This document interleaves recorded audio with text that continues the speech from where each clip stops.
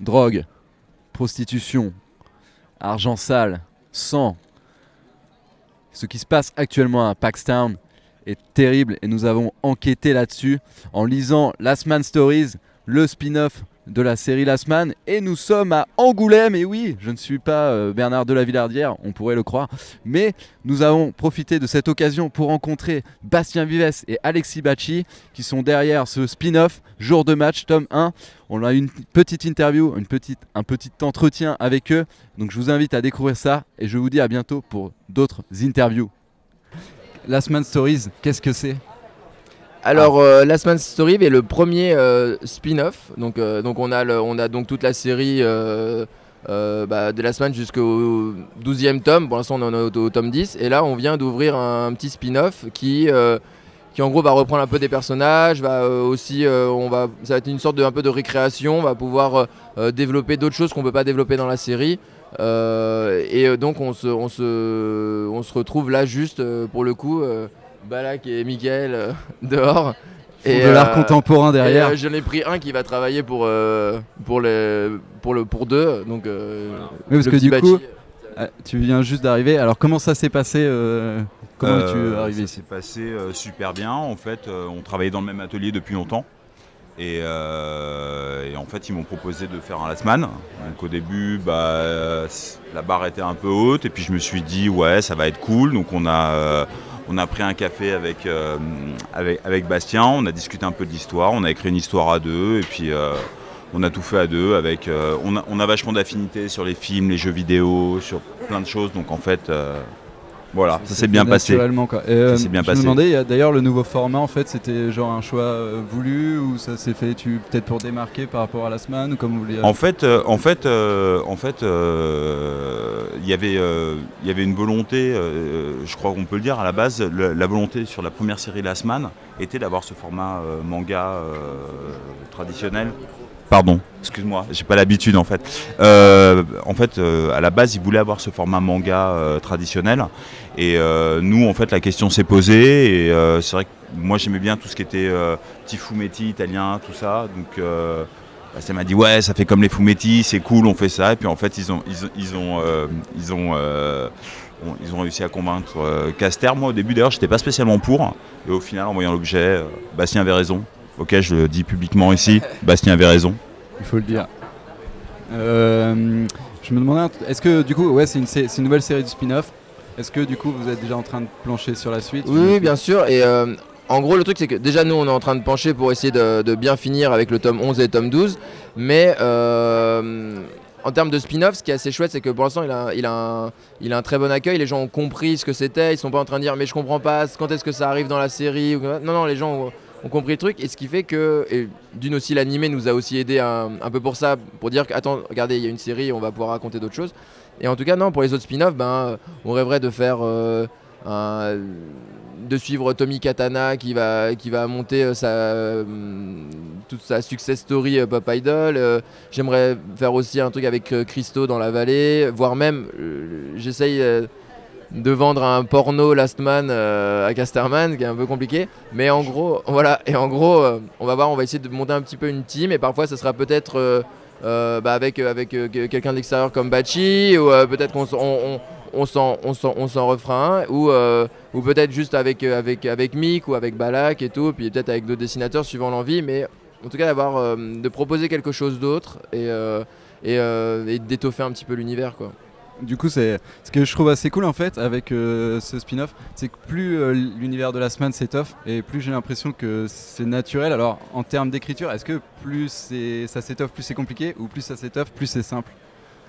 Moi, j'ai trouvé ça plus simple en fait. C'est-à-dire qu'à la base, j'avais des difficultés en me disant mais je vais arriver dans un univers, je vais être un peu un faire-valoir ou quoi. Et en fait, finalement, je trouve que c'est génial d'arriver dans un univers qui est déjà aussi riche et aussi complet.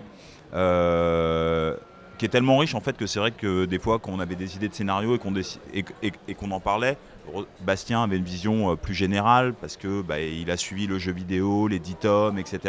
Donc il y avait des choses où moi par exemple des fois j'aurais voulu faire quelque chose, mais non, il fallait quand même être cohérent avec la série, même si on a tout fait pour que ça soit accessible indépendamment de la série, même pour ceux qui la connaissent pas. Et en fait je trouve que c'est génial d'arriver dans un univers qui est aussi riche parce qu'en fait tu peux beaucoup plus t'éclater. t'as beaucoup plus de liberté en fait. Les persos ils existent déjà et c'est comme si tu savais qu'un pote il était là, bah, il dirait ça, tu vois. Donc moi je trouve qu'il y a plus de liberté. Tu vois. Oui, et ce qui était bien, c'est que par exemple, celui-là, il y a vraiment des sujets de fond qui nous intéressaient, qu'on avait eu le temps un petit peu d'évoquer dans la semaine, mais qu'on n'avait pas pu prendre vraiment en compte. Par exemple, moi je voulais parler un petit peu de justice à cette époque où en fait, avec les justice warriors, tous ces trucs-là, voilà, où tout le monde est enfin en train de faire régner sa justice. C'était assez drôle de faire naître un personnage comme le Corbeau qui tout d'un coup reprend une espèce de justice même, ça va de Charles Bronson ou à Batman ou tous ces trucs-là. Et aujourd'hui, qu'est-ce que ça serait qu'un justicier, qu'un vigilante movie d'une certaine manière aujourd'hui, et d'avoir cette espèce de twist à la fin moi j'en suis assez content dans l'écriture parce que ça reflète bien ce qu'on voulait dire au final, et vraiment de pouvoir parler de tout ça. Et ce qui est bien, c'est qu'on a plein de personnages pour le faire. On s'est dit si on a envie de parler de ça, on va prendre Ash, on va le faire rentrer dans la mafia, on va voir plein de choses. Qu'est-ce qui va faire que on va voir aussi Richard, et en fait on peut jouer avec tous ces personnages là sans devoir tous les exposer, sans devoir tous perdre du temps à expliquer. En fait, on peut déjà prendre beaucoup de personnages et commencer l'histoire avec, quoi.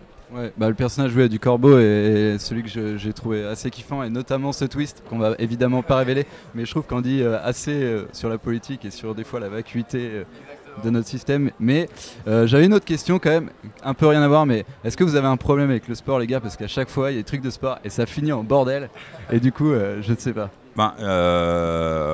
En fait, on avait un trip quand même sur la légende Football League. Ouais. Donc, je ne sais pas si vous avez été voir. C'est des filles en bikini qui font du foot américain. Non, du tout. Ah. Donc voilà, Ah. Vous savez maintenant, il faut aller voir. Il y a des filles en bikini qui font du foot américain. Et en fait, il y avait des trucs intéressants. Par exemple, il y a eu tout un scandale parce qu'ils disaient ouais, elles n'ont pas de protection, c'est horrible, elles n'ont pas les mêmes casques. Et en fait, le mec de la légende Football League, par exemple, expliquait que non, les filles sont plus intelligentes que les mecs. Donc si elles ont un vrai casque de foot américain, elles s'en servent comme arme pour mettre des coups de boule entre elles. Donc il faut absolument. Donc en fait, la réalité dépasse un peu la fiction là-dessus. Et en plus, c'était l'occasion de dessiner des nanas en bikini. Et après, ce qui est bien, c'est que de toute façon, le sport est toujours une analogie pour faire vraiment soit de la baston, de la bagarre, et surtout provoquer l'action. Donc avant, nous, on le faisait bêtement dans les last man avec juste du combat. Donc ça fait avancer l'intrigue. Mais ce qui est chouette, c'est que il nous fallait soir de match. On voulait vraiment faire monter pendant tout le bouquin une espèce de tension avec il va y avoir le match, il y a des enjeux économiques pour Milo, il y a des enjeux. On sent déjà depuis le début. On est en train de nous le dire, ça va partir en couille, les gars. Vraiment, on nous l'a dit dès la première page. Et de faire monter ça crescendo. Au niveau de la construction, il y a aussi un film sur lequel on est vraiment... on se rejoint beaucoup, qui est Le Dernier Samaritain. Et dans la construction, ça ressemble aussi un petit peu à ça. On voulait faire aussi un peu ce côté, un petit clin d'œil là-dessus, à ce grand classique du cinéma. Quand on a parlé de l'histoire, quand on a commencé à développer l'histoire, on a parlé de nos envies. Parce que c'est vrai qu'une collaboration, on voulait se faire plaisir. Et en fait, c'est vrai que Bastien, par exemple, dans la genèse, voulait vraiment parler du secteur, développer tout ça. Et on avait cette envie aussi de faire un truc de sport. Et c'est vrai que la référence du Dernier Samaritain nous est apparue. Et en plus, ça colle assez bien aujourd'hui quand on voit plein de disciplines sportives avec des changements de règles. Tu dis ouais, ça part un peu en live, c'est vrai, mais si tu regardes les matchs de foot, etc., ça part aussi en live. Ce qu'on me parlait sur la vacuité de la justice, etc. En fait, on voulait faire un truc qui était un peu intemporel, mais qui s'inscrit aussi, qui dénonce un peu quelque part toute l'hystérie collective qu'on voit tout le temps partout, que ce soit tu allumes BFM, tu regardes les infos, le moindre mot sur Internet, ça fait tout un pataquès. Tu vois, et c'est ce qu'on voulait aussi montrer. Mais en plus, ce que je trouve efficace, c'est que c'est presque caricatural quand tu lis, mais au final, c'est pas si caricatural que ça, quoi. Et c'est ça qui est assez fou. C'est toujours ça qui nous a plu aussi dans Last Man, c'est d'avoir quelque chose qui emprunte vachement au genre et au code, et que ce soit du manga ou du comics. Et ce qui nous intéressait, c'était qu'au final, quand on y repense, en fait, moi, je repense souvent au personnage de Marianne. Quand on dit genre ah ouais, c'est la meuf badass, elle est trop forte, elle est géniale et tout. Mais en fait non, quand tu prends un peu de recul, tous les choix qu'elle a fait, c'est des mauvais choix. En fait, c'est pas quelqu'un de très réfléchi quand on y pense. Marianne, elle a beau être chouette, elle a du caractère et tout, mais en fait, oui, d'une certaine manière, c'est une mauvaise mère. Et ça c'est assez intéressant quand t'amènes le lecteur ou la personne à repenser à l'histoire et à voir d'elle-même une seconde lecture. Et même parfois aussi, tu crées une discussion avec un camarade qui l'a lu, voilà, et tu peux faire continuer à faire évoluer la chose, ouais. Mais nous on l'a pris très au sérieux, ce Last Man Stories. Ouais, non mais oui, enfin quand je dis c'est complètement du premier degré en fait. C'est-à-dire que nous, tous les films, on parle beaucoup de cinéma et on se fait toujours découvrir des films. À l'atelier, c'est vraiment j'ai maté ça, et ça peut aussi bien être un piala que des films genre j'ai revu Abyss, c'était mortel, ah ouais, quelle version, tout ça. Donc on parle beaucoup de cinéma parce que de toute façon on a un rapport à la BD qui est vraiment, on fait notre cinéma mais avec un minimum d'intermédiaires, donc avec un maximum de liberté, un minimum de filtre. Et c'est vrai que quand nous on prend tout au premier degré en fait, c'est-à-dire qu'il n'y a pas le côté ok on fait un truc un peu pulp mais un peu deuxième degré pour se moquer, pour rester dans la hype. Nous ouais, quand il y a une scène un peu voilà quoi, quand quelqu'un chiale, quand quelqu'un meurt, quand quelqu'un c'est un peu voilà quoi. Nous c'est pas parce que c'est un peu du genre ou du pulp ou du fumetti que on fait ça à la rigolade quoi. C'est-à-dire que pour nous les persos ils existent, ils ont des sentiments, des motivations exactement comme nous en fait quoi. Donc on fait pas de différence entre un film super sérieux et Le Dernier Samaritain, c'est pareil quoi. Ouais de toute façon ça permet aussi d'avoir le propos, c'est ça qui donne aussi sa force, parce que quand je dis que c'est un peu caricatural, c'est pas non plus c'est limite, c'est l'univers qui est un peu grandiloquent et qui fait qu'il y a des limites repoussées, mais c'est carrément ce qui se passe dans la réalité. Et quand je lis Last Man, je me retrouve vachement dans ce qui se passe autour de moi et tout. Et on parlait de cinéma et tout, d'écran, du coup je voulais savoir un peu l'après série télé Last Man, comment ça s'était passé et tout, parce que bon, c'est un succès en fou fait, quoi. Mais... Non, ce qui a été génial, c'est que la série Last Man, vu que la BD c'est pas trop piraté d'une certaine manière, au moins avec la série Last Man, quand elle a été diffusée sur France 4, elle a pu être visible. Je pense notamment à la Russie, où d'un coup il y a une espèce de communauté qui s'est créée là-bas. Et je pense en fait ça s'est vraiment diffusé, et la série je vais pas vanter la qualité de la série parce que Jérémy Perrin tout ça on l'a fait plein exactement. de fois, c'est notre rôle. Mais en fait ce qui était chouette, c'est que en fait, on s'est rendu compte aussi pourquoi est-ce que le manga aussi marche aussi bien. C'est parce qu'il est accompagné d'un animé. Quand l'animé sort, ça fait redécouvrir tout le manga. Et nous, c'est évident que quand la série est sortie, il y a plein de gens qui sont venus regarder la BD. Il y a plein de gens qui ont redécouvert ça, et même dans des pays étrangers. Et tout d'un coup, quand tu te retrouves avec une série pareille, moi, ce qui m'a vraiment plu, c'est que c'est toujours compliqué de faire exister deux histoires différentes et voir comment est-ce que les gens passent de l'un à l'autre. Et en fait, ça s'est fait assez facilement. Il y a des gens qui sont un petit peu décontenancés. Ils disent, mais attendez, en fait, la semaine c'est fantastique, ou c'est fantaisiste, ou je sais pas quoi. Et donc, c'est pour ça que l'idée du spin-off, pourquoi pas ? On s'est dit, on a réussi un peu à le faire avec l'animé, proposer autre chose. Avec un spin-off, on peut aussi étoffer quoi. Puis il s'inscrit en plus vachement naturellement, parce que c'est là où tu disais on arrive vachement à se retrouver. Vous insistez pas, tu vois, sur la timeline, il y a 2-3 dialogues en fait qui te permettent de l'inscrire, et naturellement en fait tu sais comment ça se passe si tu as regardé la série, si tu as lu. C'est surtout la relation avec par exemple, c'est le simple fait d'avoir la relation entre Richard et Tommy, et on comprend que on est un peu après la série, qu'ils sont en train de se mettre sur la gueule. Si t'as pas vu la série avant, c'est pas grave, tu vois juste un couple qui pas qu'ils s'aiment plus, mais parce qu'ils se sont toujours aimés, Richard et Tommy, mais bon, qui se mettent un petit peu sur la gueule. C'est compliqué comme toujours les histoires. Et Richard reste Richard. Et en ça, c'est pas il y a pas de deuxième degré par exemple. Sur leur histoire, c'est pas du deuxième degré, ça pourrait tout à fait être une histoire d'amour normal dans un film français, un télo. Tu vois, il y a pas. C'est important qu'ils aient une vérité en fait. Et puis je pense que tous les supports sur lesquels se développe Last Man se répondent bien les uns les autres en fait. Et c'est vrai que peut-être on peut être un peu décontenancé parce que finalement, quelqu'un comme Jérémy Perrin, qui est hyper talentueux, il arrive et il met sa patte. C'est quand même différent, cohérent mais différent de ce qui se fait. Nous, on a fait un truc qui est très différent de la série. Et en fait, si si Bastien, Balak et Mickaël n'étaient pas arrivés en fait avec cette différence en premier lieu, il n'y aurait pas eu de Last Man. C'est-à-dire que tout le monde veut être novateur, tout le monde veut faire un truc qui bouscule, mais fondamentalement, quand tu arrives avec un truc nouveau, les gens ils se font toujours genre ah ouais mais ça ressemble pas trop à Naruto 27 ou ça ressemble pas trop à du franco-belge. Ben ils sont arrivés et en fait je pense que c'est important d'essayer et je pense que l'univers de Last Man est un super laboratoire pour ça en fait quoi. De toute façon, c'est un vecteur de génération. C'est le truc que nous on attendait, que moi j'attendais en tant que lecteur, sans tu vois le savoir véritablement. Et quand c'est arrivé, c'est assez naturel. Et même la série, tu vois, en termes de qualité d'animation et tout, je trouve que elle est compétitive, tu vois, avec tout ce qui se passe aujourd'hui, tu vois. Parce que là, j'ai regardé Devilman Crybaby. Je sais pas si vous avez regardé. Bah, je trouve que ça me fait vachement penser à Last Man et tout. Et je trouve ça vraiment. De Yuasa là, ouais.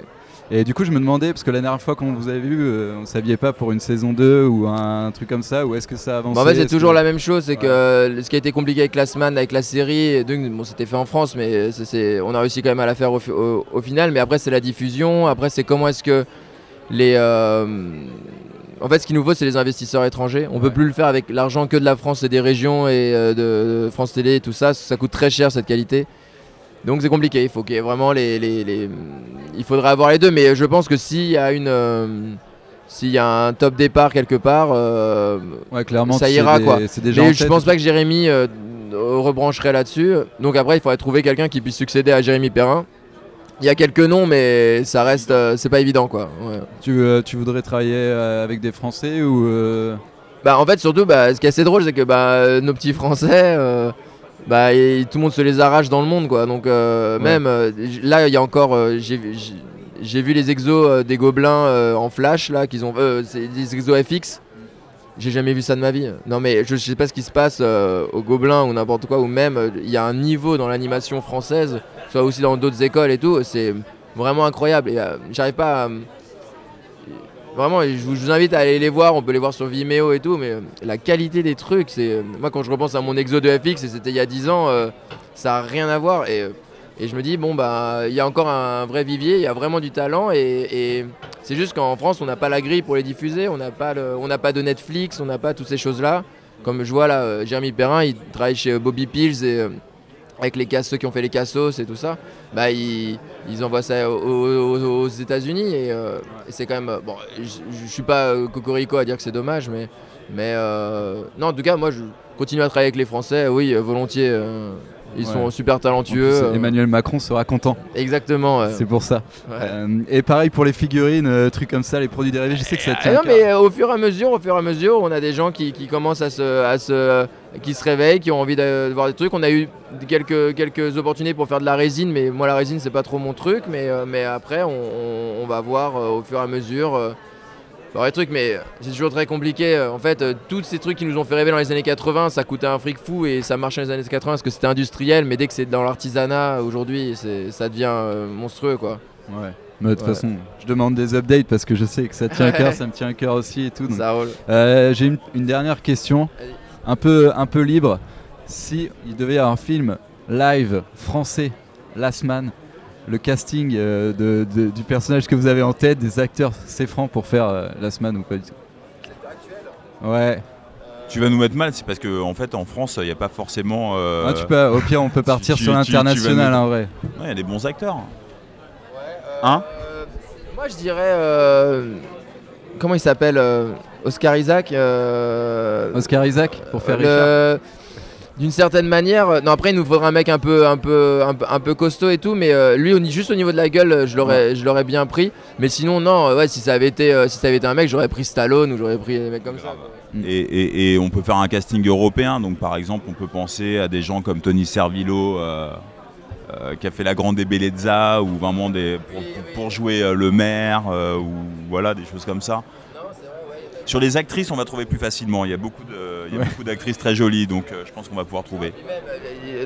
Il y a des même dans les personnages, parce qu'en fait, je pense que les Richard, ils n'existent plus trop aujourd'hui. Les Richard Aldana, alors que des Marianne, il en existe beaucoup plus.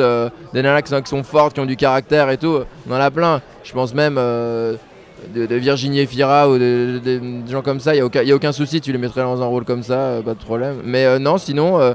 Vraiment moi je pense que franchement, tu le fais un peu de gonflette et tout. Moi, je prendrais un Jean Dujardin et je lui dirais de pas jouer trop cabot et tout machin, et en mode vraiment serious. Ça peut être genre, ça peut être le renouveau de sa carrière complètement et de repartir là-dessus. Hein. Franchement, ouais. Avec Attends, une petite mais tu formation vois, avec la boxe gueule et et tout. Dans OSS, il est parfait. Dans OSS, il est parfait. Et Deuxième degré. oui, c'est du deuxième degré, mais un truc hyper premier degré. Et le mec, je pense qu'il peut, tout d'un coup, ça peut être assez magique. En plus, avec The Artist, il a dit qu'on l'appelait plus parce que les gens flippaient. Donc, à mon avis, tu vois, il y Ouais, a peut-être ouais. un créneau. Il y a peut-être un truc. Faire un truc. Allez. Bon, bah, Il a un côté un peu fatigué qui peut être intéressant. ouais, je pense que ça peut être un bon Richard. Je suis à court d'idées sur le casting. Ouais, je suis pas j'avoue, quand c'est forcément un peu chaud. Une sur question Jean comme ça qui Dujardin, tombe de nulle part, c'est pas évident quand t'es pas préparé. Même moi, tu vois, j'étais pas serein de mes propres réponses. Mais bah, du coup, merci les gars. Merci beaucoup. Bon festival. Merci. Et à bientôt pour des updates toujours. Merci beaucoup en tout cas. Au revoir. Au revoir.